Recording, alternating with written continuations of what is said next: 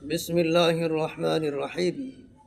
قال النبي صلى الله عليه وسلم: إن الذي ليس في جوفه شيء من القرآن كالبيت الخريب.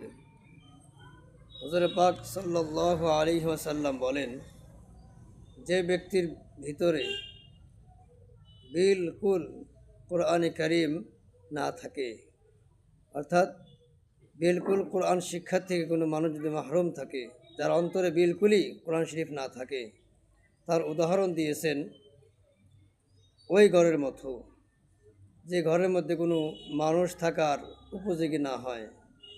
আমরা মুসলিম জাতি হয়েও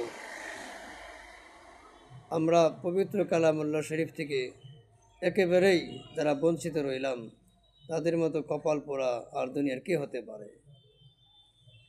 গতিকে আল্লাহ রসুল উদাহরণ দিয়েছেন এমন ঘর দিয়ে, যে ঘর মানুষ থাকার কোনো উপযোগী না।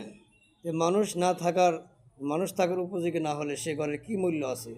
ও মতোই কোরআন মাজিদ যার অন্তরে নাই, তারও বিলকুল আল্লাহ তাআলার কাছে কোনো মূল্য নাই, এমনকি দুনিয়াতেও ইজ্জত নাই।